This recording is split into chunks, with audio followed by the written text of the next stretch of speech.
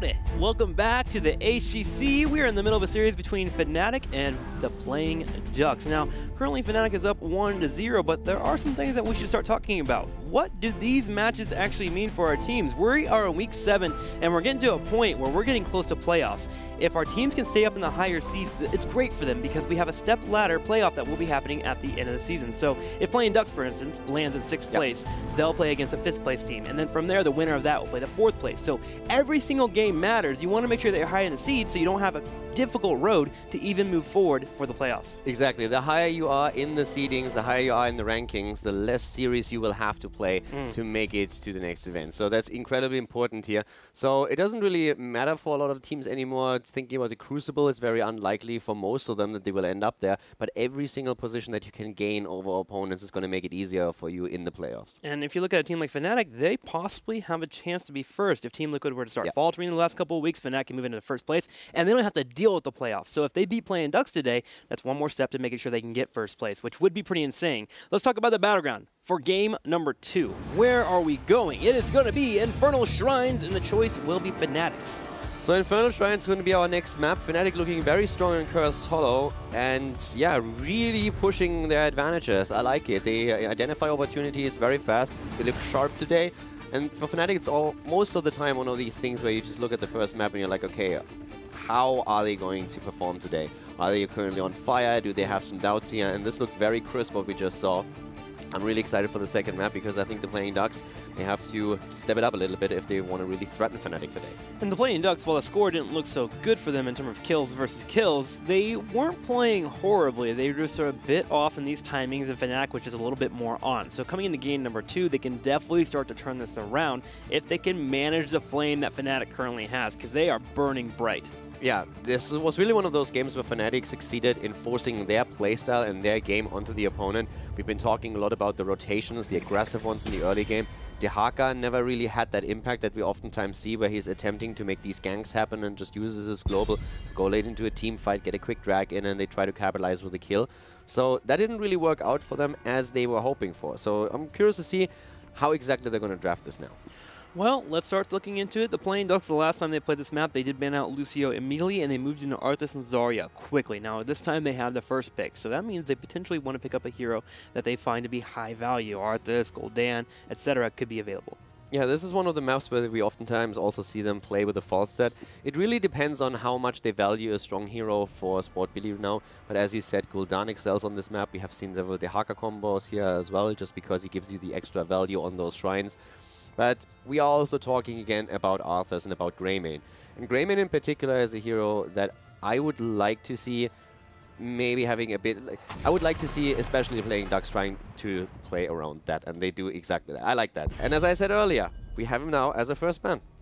The Ducks not liking the wolf here. Greymane no longer available. Tassadar is being highlighted for Fnatic. Probably going to go ahead and ban out the Tassadar. They just love banning him out. In fact, the only time they haven't banned him out in the HGC has been one time, but also at the Western Clash. That's it. Any other time, it's been Tassadar bans. I'm just having so much fun seeing that Greymane is now banned. We just talked in the last draft about it, and this is exactly the evolution of heroes that you see. All of a sudden, a hero makes it back into the meta. Everybody realizes how strong he is, especially with particular or certain teams as Fnatic. And now, all of a sudden, from being a low priority pick, it's a high priority pick because you know your opponent would ban him out later on. And now we have him even as a first ban because Playing Ducks just recognize how strong Quacknix in particular is on the hero here. That, of course, means they had to give up other bans that they would usually prioritize. Fnatic is a team that loves globals. Not necessarily only on this map, but it's something to really note here. So that's one note, the Dehaka being available, and then now Fnatic has a chance to move over to Falstad. Typically, sometimes if you have both globals up, you might risk going for a support force and see if Fnatic goes for the full Dehaka, Falstad all in on the global strategy. But here the Playing Ducks, they play it safe, they grab their own global, which means now Fnatic has to decide what they want to move into. Typically, you get that other global, here it would be Falstad, and then you move into a support. But again, you have to also take the map into consideration here. On a lot of other maps, we have the objective being spread out a bit more when we're talking about Dragon Dragon Shire, this is of course bringing it to an extreme. You need to control several points on the map, so the globals give you an added advantage. You can always make an argument for Infernal Shrines being a map where globals give you an edge, but not to the same extent as on other maps. So you don't necessarily have to highly prioritize something like a Falstad here. You can make that choice and just macro around the opponent, but it's also a valid option to just simply focus on the more late game shrines. Make sure that your opponent doesn't snowball in the early game with the experience, and then focus on winning shrines. Gul'dan is a great choice for that, and Arthur's now as well. So Falstad losing a bit of the priority that he gets on other maps. So Fnatic shows their hand here. They're wanting to clear out the shrines. That's basically the choice here. You have Arthas moving in for the engage. He's able to control the entire area. And then you have Gul'dan that's constantly dropping those Fell Flames. There was something to consider with the other global. Playing Ducks, traditionally, Sport Billy wants to pick up that Falstad when he's given the opportunity. And now he actually has the chance to do that. Yeah. So Fnatic, instead of playing the global game, just decides, okay, we'll control shrines on one-team fights, which is something they do very well. Yeah, so for Sport Billy, we still need a hero for him, and we've been highlighting his top 3 where he had the biggest impact: Zeratul, Medivh, and Falstad. Falstad with the Gust is a hero that they used on this map several times now in the last week already, so this could be something that we are seeing from him again. But it's definitely not an easy choice. Since Medivh also gets a lot of value here, you need to really think about, okay, where can he have the biggest impact? And then we're coming back to a hero like Tychus. You've been pointing him out several times. He got banned in the last draft, so the Playing Ducks know that that might be a thing that Fnatic is going to look to repeat here, so they have to just match for themselves, do we prioritize that high enough? They choose the Lucio, and they go for Falstad, so we now have a hero for Sport Billy, which means that it's very unlikely that we're going to see something like a Medivh play, for example. Yeah, the Medivh play unlikely. Maybe even a Vala Zarya could be a little bit unlikely too, because it puts a lot of pressure on Dahaka. Yeah. I mean, Playing Ducks is not a team where they don't have any kind of overlap with drafting, so you can always make that choice that you put someone like Chris on Falstad instead of Sport Billy. Sport Billy jumps on the Medivh, but it becomes a bit less likely when you have a hero where he shines so much. And you also want to make sure that your draft starts to work together. Dahaka, Falstad, Medivh isn't really the most important thing when you think about synergy, right? They don't come together as well as you would think. So Playing Ducks right now just has a strong foundation. We'll see them build out the rest in their 4th and 5th pick. I would like to see a little bit more control. Sonya could be a possibility here. However, Nade is the one that usually runs Dahaka, so now Sonya might fall down the ladder. And Chris Explosion, typically on a bruiser, doesn't work out too well as he gets a little bit too far on the aggressive play. So he needs tanks that are a little bit healthy. When we're talking about hero pools, this is actually something that our viewers, I know that a lot of people watching this are probably playing in either Chair League in North America or in HOTS launch in Heroes launch in Europe. You can abuse that if you study your opponent and you actually note down who plays which hero, especially with amateur teams. You can really abuse small hero pools where you can just simply say, okay, listen, we know this guy always plays one of those 3 heroes. Let's take one of them away, ban another one out. You can really just force the issue here. Or if you look at the draft like this, you can starting to deduct, they pick this and this hero, they still need one for this guy, so we can play around that. You can put teams that are having smaller hero pools in a lot of trouble. And especially when you're also looking at the competitive scene, when HGC wasn't even around last year, a lot of the teams had so small hero pools that you, after the first 2 picks, could more or less predict every single hero that's going to be picked by them just because you knew their hero pools. So that's a little trick for everyone out there. If you do a bit of research against opponents, if you play in any competitive setup, that's something where you can give a lot of teams a lot of trouble. And it gives you such a slight edge. You look at Fnatic here. The second ban was a tank, mostly because they know a tank needs to be picked up here. You take away a Nubrak, so you take away a counter pick available for Chris Explosion, and you put him on tanks that he normally would be running, which would be Variant and Johanna. Which Johanna, on this battleground, if you get Arthas and Sonya for Fnatic, Johanna has a hard time dealing with that lineup. It's actually very difficult. So suddenly Varian becomes one of the major pickups that is possibly going to get picked up here by the Playing Ducks. And if you can catch him out of position with your composition and a Horrify, you can kill Varian easily. Yeah, talking Varian, it's also something that Fnatic could pick up. Yeah, they could just simply say, hey, we go in, we get the taunt, we have so many... And if they, for example, go with not into an ETC, but a Variant, they still have a lot of tools there where they can use the taunt. They have the Howling Blast as a follow-up. They have Horrify on Gul'dan. So that's so many CC spells where they can isolate a single target and try to drop it really fast. When it comes to the bans, by the way, we have Oriel now banned out to just deny the combo a bit between Gul'dan and Oriel. And it could have been, of course, a ban on the Malfurion, but it seems like, at least for now, either the Playing Ducks are not really afraid of it, or they even go so far as to go into that double support that Synergy made really popular in Europe. And the draft for Fnatic has just been absolutely brilliant here. They get ETC, which is again a great pickup for Breeze. We aren't seeing as much ETC as of late, but it works out in this matchup. If you get your isolation picks, if you get on a Lucio, you get on a Falstad, you can definitely make those plays happen. But also, they grab Tychus. One, because they're running double warrior, and two, again, it takes it away from the playing Ducks. It gives you control over the shrines. Their draft right now is phenomenal. They have so much control over the actual objective that I'm very frightened for the playing Ducks. I guess Johanna is a hero that they're looking at right now. Personally, I've been talking about Malfurion a bit, but I would still be surprised if they go for the double support here, simply because I don't think that Falstad can fill that massive damage role that they need him to be. It just needs too long for him to complete the season marksman and really gain some value here. We have seen similar approaches in the past, but I would say Johanna is going to be a pickup for them, and then they will probably add additional damage. Yeah, some kind of volley. Oh, wow, they actually Muradin and Li Ming. Okay, so they have their own pseudo-variant combo with the Stormbolt into Li Ming. It's much more difficult to pull off, as Muradin obviously is skill shot based with a Stormbolt, but he is pretty robust. He can get in the back line. He can be a nuisance to that Gul'dan, especially if he grabs Skullcracker, and keep stunning him out if the opportunity arises. So Muradin does work here, but it does require pretty laser play right now, because most teams, especially when facing against a Tychus, are getting really good at killing Muradins. Yeah, I'm a bit surprised that Muradin is picked over Johanna, especially since Johanna was a hero that the playing Ducks usually rely upon very heavily. Muradin can get chunked down by Tychus, you're completely right, and also Johanna offers you the additional blind that he doesn't have. Not even talking about wave clear, that becomes such a high priority that Johanna is a great choice on this map in particular, simply because of Condemn. So that's an interesting twist that I personally did not really expect. I'm curious to see how it works out for them. Malfurion as the pickup for Fnatic, once again on the last position. We've been talking about this in the last draft a bit, but doesn't really shock that Malfurion is the choice here, especially after Oriel is, of course, banned. Yeah, especially also when you get Muradin, too. Now when Muradin jumps in, if he ever does jump in, you just drop a root behind him. He cuts off the retreat route, but also the aid from his teammates. So Malfurion just works out very well here. Can cleanse if need be on the Gul'dan, allow Arthas to get in the back line. Overall, the draft for Fnatic is pretty phenomenal. But for the playing Ducks, they do have the opportunity here to maybe take an advantage. With Falstad and Dahaka, they have the global wave clear, they have the pressure then go the way. They can turn fights around pretty quickly if they want to get a 2-on-1 or a 3-on-1 because of Dahaka and Falstad. So there are tools here. It's really hard to look at the playing Ducks and their composition and actually think they're playing for map control. Yeah, I really believe that Fnatic has a total edge here over them in that particular draft now as well, because the goal of the playing Ducks has to be to put pressure on Gul'dan, and if Gul'dan has a good Horrify, he can negate so many of the tools that the playing Ducks are bringing into the fight now, especially talking about a Gust. After a good Gust, if you find yourself in trouble and Gul'dan is still able to get the Horrify out, you usually are able to either walk away or get an early pick, so that is really going to help them. And I just think that frontline is so scary. We saw what Arthas and ETC were able to do in the last game with Breeze and Wubby playing the two. I think it's a tough choice here to go into that Muradin as well. So playing Ducks, they have a plan here, of course, but Fnatic is looking strong. Well, let's see if the plan will pan out. Game number 2, let's move into it. The playing Ducks taking on Fnatic, who currently has a lead 1-0. Here we go, Infernal Shrines.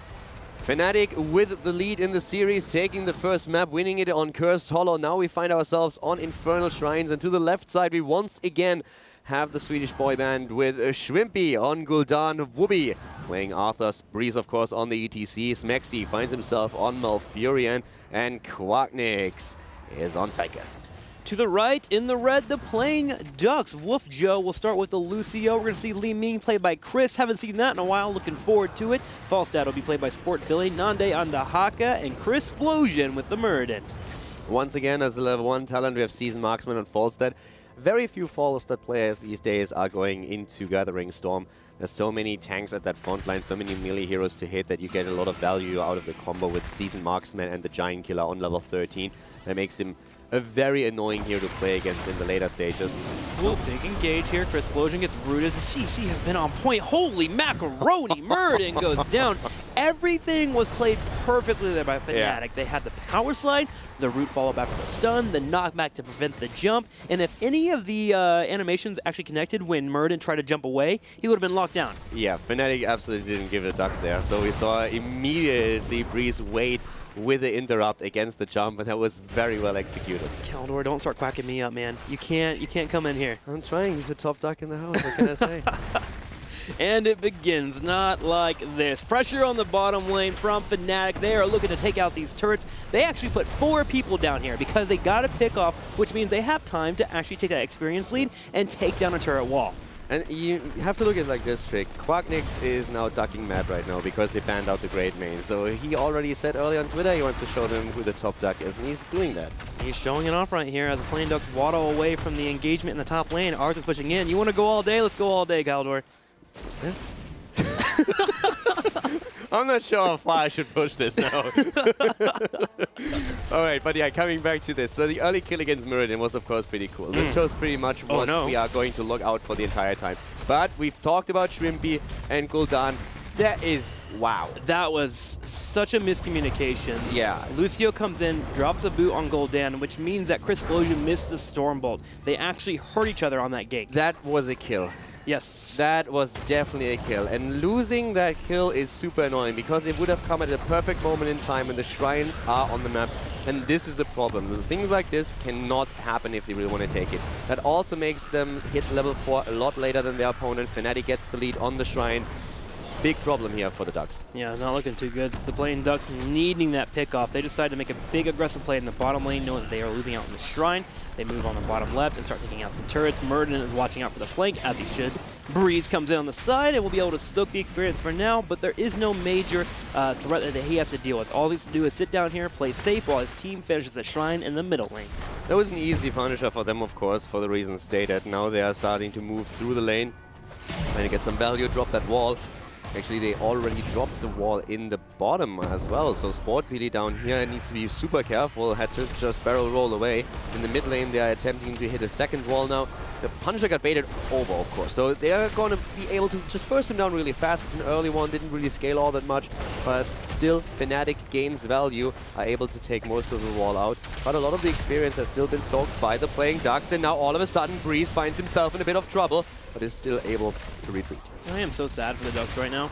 Every single gank they've gone for has just been an opportunity that they have missed out on. And Fnatic is just relentless. They go back for a push on the bottom. I will say Fnatic hasn't played this game completely perfectly yet. They did miss experience in the top lane because they put pressure in the middle, which has allowed for the Ducks to stay in this game. But in terms of actual evading on engaging ganks that have came his way, Fnatic just are holding it like it's nothing. Yeah, Fnatic is currently looking pretty strong with this. Of course, we are still in the early game, so once we have the level 7, the level 10 talent in, that's going to change a bit. Nice dodge on the Stormbolt here again by Breeze. Shrimpy is also able to move away. So the Ducks are actually putting in the aggression. I mean, they're looking for the opportunities, they're going in, trying to get these ganks, and if the Stormbolt on Muradin actually connects, they should be able to land a kill or two. But right now, Fnatic finds themselves still in a comfortable position. They have the 1 kill, they got the first objective. That, of course, doesn't really translate into a massive advantage just yet, but they must feel pretty confident heading now into the mid game. Yeah, especially with the map being open up. The middle and the bottom, they just have 2 places that they can move in for a fort if they get 1 or 2 pickoffs. Now, with Calamity being picked by Li Ming, the kill potential goes up pretty significantly here for the Playing Ducks. They have a Stormbolt, they have the Jaka walking for the Dragon, Li Ming just throws out a combo and brings in the Calamity, and they should be able to take out a Squishy. So you are correct, they do now have more damage. When Tim comes online, though, I do fear a little bit for the Ducks. Fnatic will have Odin available, they'll have Twilight Dream, they'll have particularly Mosh Pit, probably Stage Dive with Li Ming being on the field, and then they have Arthas with Arming the Dead. He becomes so unkillable on that point. They're definitely sitting there and just Chris saying, guys, give me the resets and I'm going to run this. Because he just needs to go in, his Calamity plays absolutely great, and if he gets a couple of resets and good combos off, then he can put so much pressure on Fnatic's backline. Whoopi with a quick dodge right here. We also, by the way, have Boomerang on 4 stats, so we see a little bit more secret weapon play lately, but Boomerang is still a great tool if you want to clear waves very quickly, which helps you to also stack on the Seasoned Marksman. So that's something I try to do. And a massive invade on the side of the Ducks trying to go in here. Big play. Whoopi trying to stay alive for now. He's surviving for a second, but eventually does fall. Good pickup by the Playing Ducks. They actually gauged him on the bottom left, got Icebound Fortitude used. After that activation did pop up, there's a 35-second cooldown, so they went in for a re-engage on the top, and they were able to dive a fort because of that. I really think that it was an interesting decision that they made here. I actually kind of like it. They just decided that they would let the Arcane Punisher go. They saw a chance to jump into the top and take down Mubi, which they succeeded in. They dove very deep for it, behind the fort even. They get now the kill on it, and that results in them grabbing a lead in experience. That should be negated by Fnatic now taking down the structures here down to the bottom. If Chris Plosion isn't getting out, that would be horrible for them. But overall, considering that they didn't win a single Punisher yet, the Ducks are looking good. Bit of a mistake there by Fnatic. The power slide into the root was coming out, but Breeze dropped the knockback, which actually allowed Chris Plosion to live. Yeah. But yes, right now we're actually getting to a point in the mid-game where we're starting to get on the even footing. 10-10 for both of our teams. The Punisher gets baited over the wall and is moving the keep, so Playing Ducks will deal with that handedly. Fnatic using the opportunity that people are on the map clearing out the Punisher to move into an aggressive Merc camp, and they will take it away. Interesting to note is also that the next Punisher, the next Shrine Trick activated at the top lane, and this is where we just saw the Ducks take down the fort and the well, so that gives the Ducks an advantage going into the next objective. It's really important to remember that these Punishers scale over time. So it's quite easy to let the first or even the second one go over to your opponent if you trade accordingly somewhere else on the map. But as these Punishers become stronger and stronger in the later stages of the game, you can't simply do that anymore. They just gain way too much value for the opponent. So with the next Shrine, we should see the Ducks taking position and starting to fight for it. Yeah, the priority goes up as it gets to mid to late game for multiple reasons. One, because of the trades and how strong they are, but two, because of death timers. You actually can't afford to be picked off. You need to be down those fights and get those aggressive plays happening so you can actually follow up onto forts and keeps. So the Playing Ducks will look to actually get in those fights relatively soon here, especially with them getting the heroics. For now, it's all about mercenary camps, grabbing those, getting pressure where you can. Falstad should be able to clear that up in the bottom lane. Dahaka can push with the top lane. So the Playing Ducks, in terms of composition, do have a good spot when it comes to mercenary control because they can keep up with them. Yeah, both of the teams are just looking at their mercenaries, so the mercenary control that you just mentioned is coming into play here, and they try to time it with the objective. Will be just double checking in the brush if somebody is maybe waiting there, so uses the Howling Blast for that, just to be on the safe side, and with that they are pretty safe going for it, take the camp, make sure that the opponent takes their own. So now we're talking about the next Shrine that should be activated any second, and as you can see, it's the exact same experience. So we will have a team fight on even footing for the two. Gonna be watching Dahaka here for when that Shrine does pop up. Obviously, Fnatic will grab their mercenary camp and start pushing in the top. The globals come into play here for the Playing Ducks. And look at the minimap. Fnatic starting to group up. Obviously, they are ready to go for the next Shrine because that's what they excel at, controlling the Shrines and also getting into team fights. Top Shrine is where it will be, which is a bit unfortunate for the Playing Ducks. They would have loved to be able to push that top lane, maybe get some keep pressure going down. Well, I actually think it's really good for them because they already took down the well of the opponent, so now they have they have a good chance of winning this. The one problem is always that with Fnatic and also the Playing Ducks both really aiming for the camp up at the top lane, they shouldn't really get a lot of value out of it. But at the same time, we are having the Playing Ducks still all the way down here at the bottom. And look at Chris. He's getting chased by Fnatic, and he is getting chased hard. That's Li Ming on the run. Hey, who put that fort there? Chris in trouble, being chased. Can he make the jukes here? Eventually he should fall, especially Malfurion bringing out those moon burns. But he is buying time. And a Ducktastic grenade from Quacknix takes down Li Ming. Well done. So there's a 5 versus 3 at this point, with Falstad falling as well. That was a very unfortunate situation for the Playing Ducks. They even hit level 13 first, and it doesn't amount to anything for them. And the Impalers they actually grabbed are still sitting in the middle lane. That's how Fnatic did not care. That's how much they did not care about those Impalers. They left them alone. They did take out a turret. They chased Li Ming all over the battleground, and they now start the Shrine. They're currently ahead 12-0. And Wubby just comes to the middle lane and says, okay, well, I'll make sure you guys can't do much more. Obviously, every single time that we go for a Shrine phase, you guys push a different lane. I'll be here to defend. It must be a really frustrating situation for the Ducks because they found themselves in a pretty decent spot, and then that isolation happened here in the middle. Bit of a skirmish, and Chris is isolated towards the left. Has to try and escape somehow, but they were chasing him hard. That Magust, on the other hand, that changes everything. Schwimpy all of a sudden finds himself extremely low, goes down. Punisher taken in the meantime, but that was a good kill for the Playing Ducks. And again, the value that someone like Sport Billy gets with these guys. Perfect fly-in, really well done, gets the good angle, and isolates Gul'dan and eliminates him. It was a bold move. In fact, Fnatic was even playing safe there. They started to chase the Crisplosion here, the Muradin. They pushed into the bush, and the moment they got close to Fog of War, they just escaped and played safe. But still, Sport Billy comes in with the bold, aggressive Mighty Gus, connects and gets his kill, which makes his Punisher something the Playing Ducks can defend easily. They lose about half the health on their fort, but they still will save it. Yeah, 10 minutes into the game, we have level 14 for both teams. When we look at the structural advantages, it's pretty even. We have both of the mid forts still alive. We have one at the top, one at the bottom for the two teams here. So overall, it's a very balanced game that we're seeing. 3 kills against 2, nothing too crazy.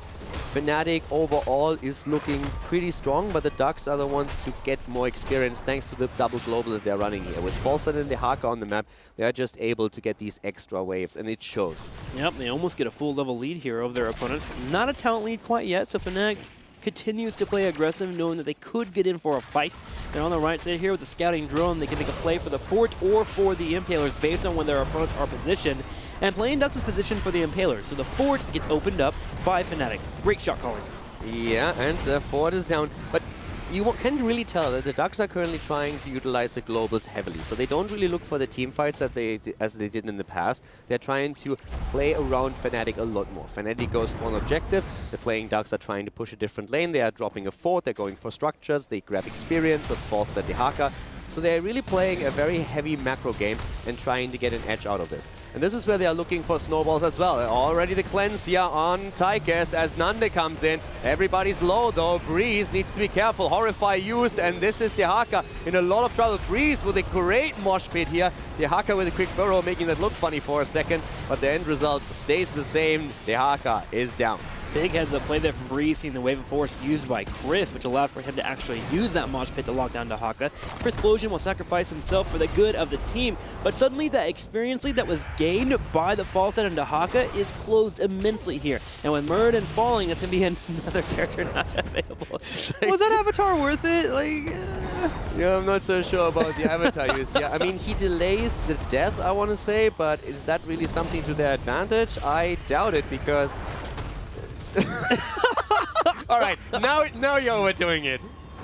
Shopi's going to keep him here and just slow it down. But if Muradin dies here, that means Fnatic has more time to grab the shrine. This is hilarious. It's getting to a point where it's almost comical. What do you mean almost? Okay, it's a little comical. I'm going to go ahead and focus down the Crisplosion, getting a little mana finally. But the thing I wanted to point out, while all this is happening, top lane Playing Ducks did soak experience, got pressure on the top lane, and was looking to get damage on the keep here. So Playing Ducks do take that opportunity, if you could call it that. But the shrine goes over to Fnatic here as they start clearing it out. But just look what they're doing again. They're again macroing. Of course, now they are also a hero down. That adds to it. That adds to the importance that this push has up here. But it's just, it's so funny to see Li Ming run away earlier. Now it's Muradin just like trying to hop around. So the Ducks are playing a very interesting style. And they are still ahead in experience. I think it's really important to note that. So we haven't seen a keep fall on the side of the Ducks. So Fnatic, they might get the upper hand out of every team fight that we've seen so far and get a couple of isolation kills. But even with that, even with 5 kills against them, the Ducks are ahead in experience and are always pressuring the lanes. Now just imagine what happens here if at some point the Playing Ducks win a team fight in addition to that. Yeah, it shows the strength of a pick. If Fnatic is actually in a spot where Playing Ducks can make an aggressive play, they can move in for a keep aggressively. They go to the top lane. They are ignoring the objective, but making it work because of the double global. So it is something that Fnatic has to be fearful of and be willing to play around. And they have done so far. But you're right, one mistake could go a long way for the Ducks. Yeah, I think it's really impressive to see. We've been talking during the draft a bit about how important globals and double globals are for the top 3. And this is something that the Playing Ducks are currently also trying to emulate. They're really playing around the opponent. They take a couple of team fights, but not too many. If you look at the normal game on Infernal Shrines, what always happens is when you have the Shrine online, both of the teams focus on winning the Punisher. The Ducks don't really care too much about that right now. They're saying, we do not have to win these Punishers, we can just out-macro you. And I come back to the scaling point. I really feel as we're going later and later into the game, they have to focus more on the Shrines. And I think the strategy right now is get ahead in experience, try to see if we can maybe push lanes hard enough that someone has to back off. If we get a talent lead, then we focus on the Punisher, and then we just use the momentum against them.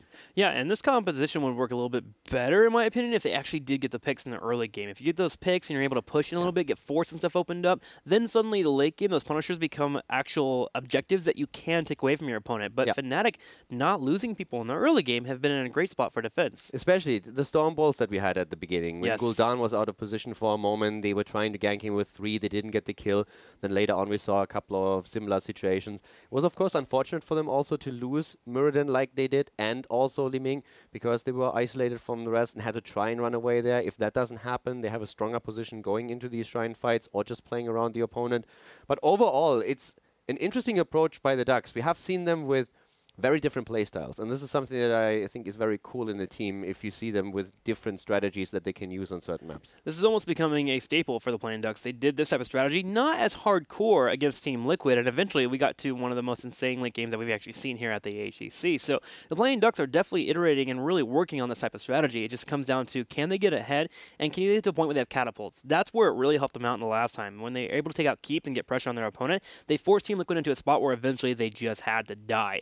Right now, Fnatic has made sure that that has not happened. They have their keeps, they are set up, and all they have to do is get this late game, finish out a Shrine, and they should be able to win a team fight. Well, that's one of the strong strategies that the Ducks really have here. They're trying to just like play the map at this point. And as you said, if they at some point can take down a Keep and all of a sudden catapults come in, the globals pick up so much more momentum and can really hurt them. Fnatic is shutting this down as much as they can, and they always attempt to push these lanes back. We've seen that battle a few times up to the top lane when we already knew that there would be a Punisher fight, so you don't really get a lot of value out of your own mercenary camp in the sense that he doesn't push towards your opponent's keep and takes down structures.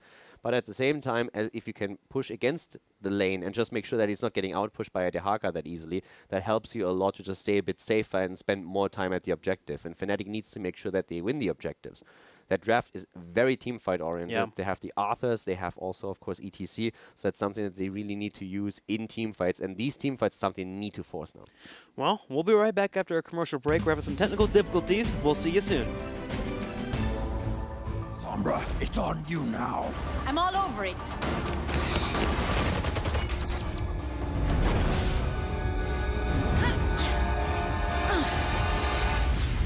See the full animated short at playoverwatch.com.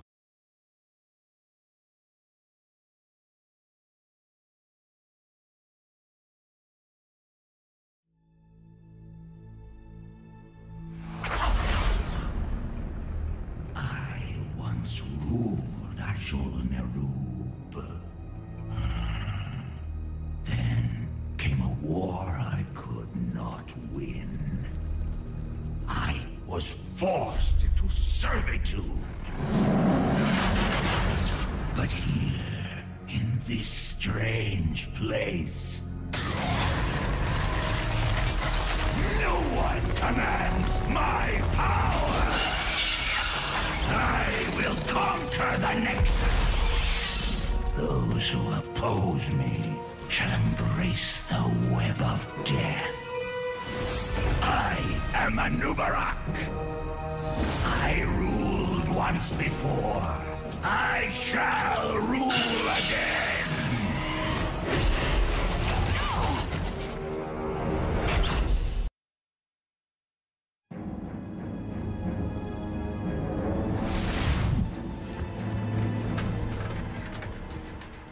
I was once a far strider. I swore an oath to defend Silvermoon and its people to my dying breath. It was not enough. My homeland still burned.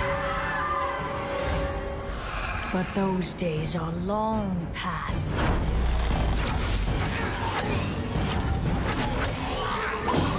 And history will not repeat itself. I am Sylvanas Windrunner, Queen of the Forsaken. And if you will not serve me in this life, then you will do so in the next.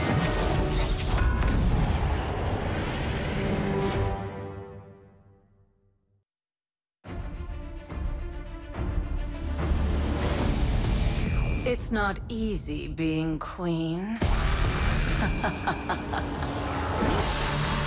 So many subjects to keep in line. So many scores to settle. I am the Swarm. And vengeance has never looked this good. Welcome back. We are in Infernal Shrines, and we're in the middle of a series between the Playing Ducks and Fnatic. Fnatic is up 1-0, and we're near the late game. We have a composition for the Playing Ducks that is all about globals and getting picks. They're not quite doing it, but they're hanging in there, and they're ahead in experience against Fnatic, who excels at team fights. Yeah, Fnatic with very good team fights so far in the lead when it comes to the kills. 5 kills against 2. A couple of very funny attempts to especially kill Muradin after he was already trapped. So that they have that going for themselves, but as Trick already said, we are in a situation where the Playing Ducks are really trying to utilize the globals as much as they can to push out lanes and maybe even get a keep with the help of them.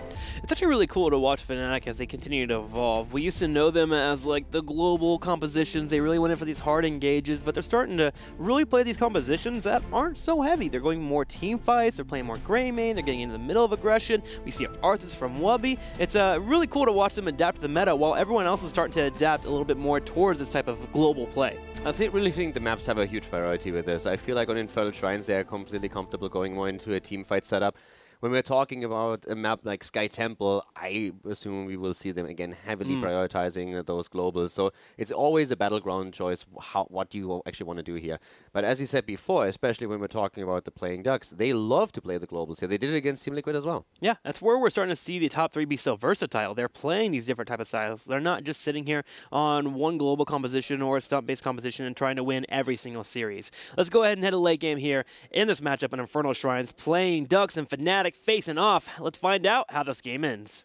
Once again, apologies for the break here. We are currently on level 17 for both the teams. If you tuned in a bit later, they're still in the spot where not a single keep has fallen. Watch the Haka on the minimap to the top left, trying to push for a keep, put some pressure on. But with Fnatic now winning the last Punisher, they are moving straight through the bot lane, attempting to do the exact same thing right over here. Wow, aggressive play from Quacknix, which responded with a mighty gust. Sport Billy just keep the team off this so they can focus on the Punisher.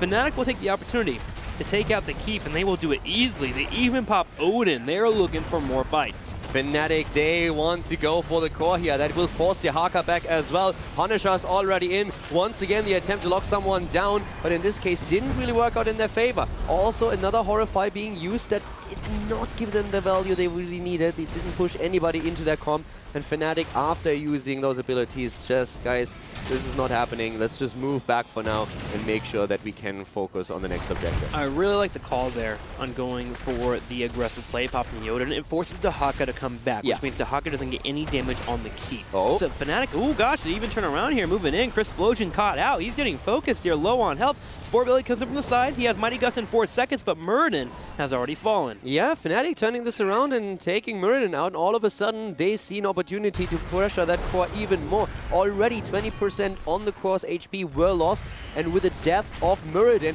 Fnatic sees an opportunity. They're moving in again, and they're trying to take it down, and they have the damage output. They're going for it.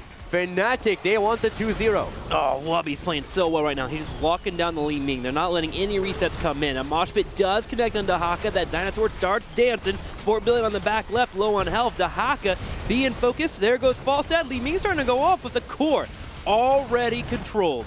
GG and game. Fnatic taking the second game in the best of 5. Looking strong today. So far without a loss against the Ducks. They aim for #1. Great call there at the end there, getting a pick on Muradin and allowed for a 5v4 to happen, which means that Fnatic can afford to allow Wubby just to sit on Li Ming. You want to deny those resets. Li Ming, one of the greatest at actually defending core rushes, and she didn't even get the opportunity to pull that off. So Fnatic just on fire, as you mentioned. Yeah, and making this last Punisher really count. We've been talking about the scaling effect, and that's something that came into play here. I also love how Fnatic was completely willing to walk away from it, saying, okay, this is too risky. If we start losing heroes now, then the globals are going to take us apart. And then all of a sudden they see a chance. They're looking at Muradin and they're like, hey, we can get this guy. We can kill him right now, take him out, the tank's gone, and then they move in, drop the core. Great play by Fnatic. They aim for the #1 spot. We've been talking a bit about Team Liquid currently still being undefeated, but looking a bit weaker than in the first part. So Fnatic, they are currently seeing a bit of an opportunity to make a play for the top pole position in the rankings. Yeah, you can really feel it in the air. Could Team Liquid fall this weekend? Could Fnatic move up to #1? All these questions will be answered soon, but let's go to a commercial. We'll be right back with game number 3 in this best of 5 series.